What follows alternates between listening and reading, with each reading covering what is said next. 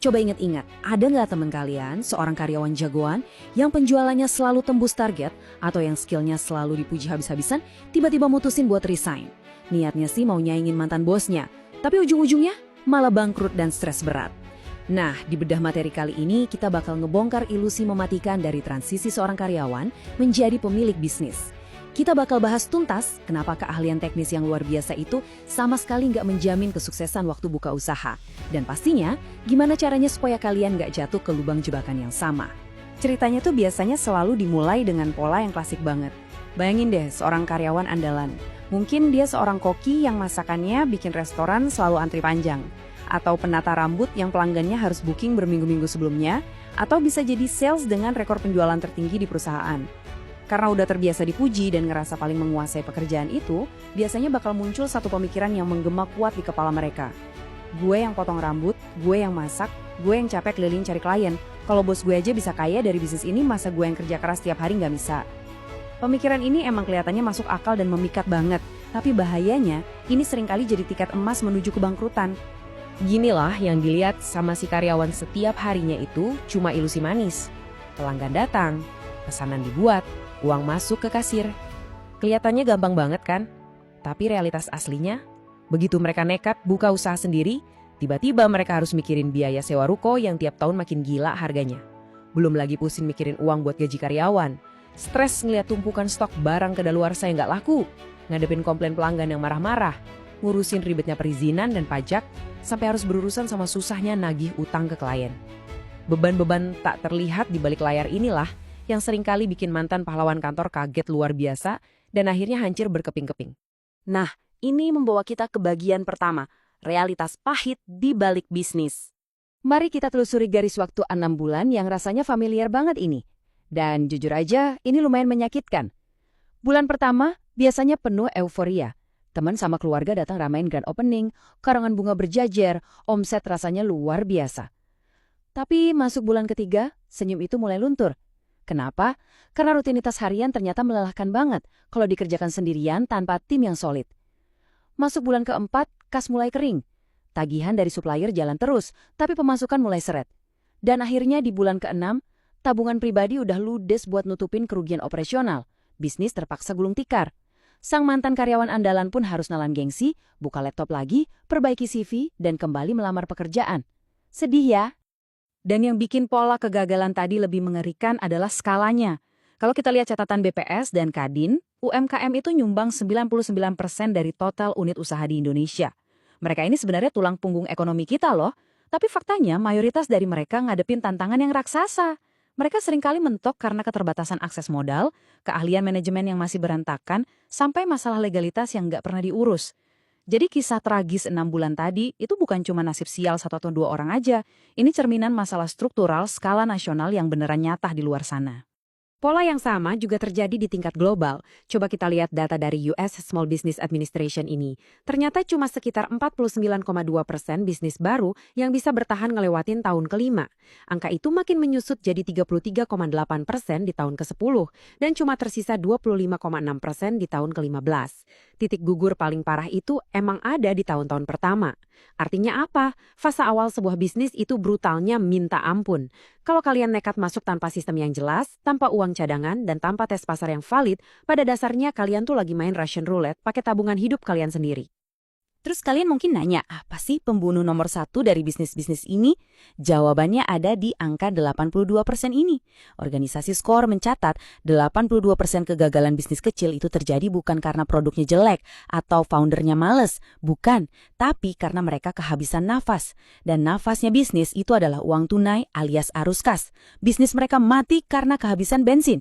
Ini sering banget terjadi karena pengusaha baru cuma fokus ngeliatin angka omset kotor yang gede, tapi lupa sama satu fakta penting, omset itu sama sekali bukan keuntungan.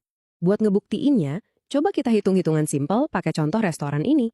Katakanlah omset hariannya 3 juta rupiah. Mantan karyawan yang masih buta finansial mungkin mikir, wah bos gue ngantongin 3 juta bersih tiap malam nih. Tunggu dulu. Kita harus kurangi modal bahan baku 1,5 juta. Potong gaji karyawan 400.000, bayar listrik sama sewa tempat 500.000, terus sisihkan juga buat budget promo atau ganti rugi kalau ada komplain sekitar 300.000. Sisa uang nyata yang beneran bisa dibawa pulang cuma Rp300.000. Margin yang setipis kertas ini bisa langsung lenyap seketika karena satu masalah sepele. Misal, kulkas tiba-tiba rusak terus dagingnya busuk, atau seminggu hujan deras dan gak ada yang beli. Buta terhadap perputaran arus kas itu benar-benar resep pasti menuju kebangkrutan. Sekarang kita masuk ke bagian kedua, mental teknisi versus pemilik sistem. Akar dari semua masalah yang kita bahas tadi itu bermuara pada satu konsep yang dipopulerkan sama Michael Gerber. Namanya The E-Myth atau mitos pengusaha. Ini adalah kesalahan fatal di mana seseorang ngira kalau punya keahlian teknis, kayak jago masak, jago desain, atau jago coding, berarti otomatis dia punya kemampuan untuk ngejalanin bisnis. Ini adalah benturan keras antara mental tukang dan mental pemilik sistem. Seorang tukang bakal mikir, yang penting gue kerja keras dan kerjain semuanya sendiri biar hasilnya sempurna. Di awal-awal sih emang kerasa heroik banget ya, tapi lama-lama badan bisa hancur. Sebaliknya, seorang pemilik sistem bakal mikir, gimana caranya gue bisa ngerakit mesin bisnis yang bisa jalan sendiri, bisa diajarin ke orang lain, tanpa gue harus nongkrong di toko 14 jam sehari. Karena masih kejebak sama mental tukang yang lugu tadi, karyawan yang baru aja resign biasanya cuma bisa niru apa yang kelihatan di permukaan aja. Mereka nyontek daftar menu, niru harga, atau duplikat gaya promosi mantan bosnya. Padahal, rahasia sejati keberhasilan si bos itu ada di hal-hal krusial yang nggak kelihatan dari luar. Contohnya gimana cara mereka ngontrol stok di gudang biar uang nggak mengendap, gimana cara mereka ngelatih anak buah baru biar kerjanya sesuai standar, dan gimana taktik mereka bertahan waktu daya beli masyarakat lagi lesu. Niru permukaan tanpa paham mesin di belakangnya itu ibarat bikin mobil-mobilan dari kardus. Dari jauh sih kelihatan keren, tapi begitu dinaikin ya jelas nggak bisa jalan. Dan selain masalah mesin bisnis yang belum matang, asal nyontek ini juga bawa risiko yang sangat nyata buat etika dan reputasi profesional kalian. Waktu bikin usaha yang bersinggungan langsung sama mantan kantor, godaannya tuh gede banget buat ngelakuin hal-hal jalan pintas. Kayak diem-diem bawa kabur database pelanggan, ngejiplak SOP internal secara persis, agresif ngebajak mantan rekan kerja, atau manfaatin celah rahasia harga dari supplier. Terlepas dari urusan moral, tindakan-tindakan kayak gini tuh sama aja kayak bunuh diri reputasi. Reputasi di dunia bisnis itu adalah mata uang jangka panjang. Kalau nama kalian udah terlanjur cacat karena dianggap licik, kalian bakal susah banget dapat kepercayaan dari mitra, supplier, apalagi ngerayu investor di masa depan. Nggak sepadan banget. Lanjut ke bagian ketiga, aturan wajib sebelum berhenti kerja. Jadi setelah ngeliat semua ranjau tadi, aturannya jelas. Jangan pernah mempertaruhkan segalanya di hari pertama. Pendekatan yang paling aman itu adalah mulai dengan bisnis sampingan yang lincah, cepat, dan risikonya rendah. Kalian bisa coba buka sistem pre-order buat makanan buatan kalian, jualan produk digital, atau nawarin jasa freelance sesuai keahlian. Modalnya kecil, jadi kalaupun rugi, ya kerugiannya kecil. Bandingin sama perilaku berisiko di mana begitu resign, kalian langsung nekat nyairin tabungan buat sewa ruko setahun penuh, beli franchise mahal ratusan juta, atau borong stok barang kekinian dalam jumlah gila-gilaan. Tes ombak dulu deh ide kalian di kolam kecil yang aman sebelum nekat nyebur ke lautan lepas tanpa pelampung. Sebelum kalian mulai eksperimen bikin bisnis itu, pastikan kalian udah nyiapin jaring pengaman finansial yang kuat. Aturan emas yang pertama, pisahin uang bisnis dan uang pribadi. Jangan pernah dicampur. Pakai minimal 3 rekening bank, 1 buat operasional, 1 buat laba pribadi, dan 1 buat dana darurat. Pastiin juga kalian udah punya dana darurat keluarga untuk 6-12 bulan ke depan. Dan yang paling penting, tentuin batas rugi maksimal dari hari pertama. Katakanlah kalian cuma rela rugi 10 juta rupiah buat coba-coba ini. Begitu uang itu habis, ya udah stop. Evaluasi ulang. Jangan sampai gengsi bikin kalian nekat ngunduh aplikasi pinjaman online berbunga mencekik cuma demi nyelamatin bisnis yang udah gagal. Itu bisa menghancurkan masa depan keluarga kalian. Terus pertanyaannya kapan dong lampu hijaunya nyala buat ngasih surat resign ke bos? Pakai aturan 3 bukti ini, jangan keluar dari kerjaan sebelum kalian mengamankan 3 hal ini. Pertama, bukti permintaan. Harus ada orang asing yang benar-benar mau transfer uang dengan harga normal ke kalian. Bukan cuma teman yang beli karena kasihan, atau karena dikasih diskon gila-gilaan. Kedua, bukti repeat order.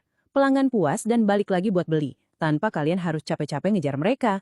Dan ketiga, bukti laba bersih stabil. Pastiin sisa uang nyata yang masuk ke kantong kalian dari bisnis sampingan ini udah rutin nutupin 50-70% gaji bulanan kalian selama beberapa bulan. Amankan dulu ketiga sabuk pengaman ini, baru deh kalian boleh melompat ninggalin pekerjaan tetap kalian. Dan akhirnya kita sampai di bagian keempat, peta jalan 30 hari. Ini dia cetak biru 30 hari buat ngetes ide bisnis kalian dengan aman tanpa harus buru-buru ninggalin seragam kantor. Di minggu pertama, fokus penuh buat validasi ide di atas kertas. Hitung margin keuntungan secara kejam dan realistis. Di minggu kedua, lakukan tes penjualan skala mikro. Tanyain dulu ke 10 atau 20 orang terdekat kalian. Jangan buang waktu bikin logo estetik atau kemasan mahal. Cari tahu dulu beneran ada yang mau keluar duit nggak buat produk kalian. Masuk minggu ketiga, mulai rapikan proses kerjanya jadi SOP atau instruksi kerja. Biarpun kalian cuma kerja sendirian di kamar, tulis cara kalian balas chat pelanggan dan prosedur bungkus paketnya. Dan di minggu keempat, evaluasi tanpa ampun. Apakah proyek ini layak dilanjutin, perlu dirombak atau di stop total?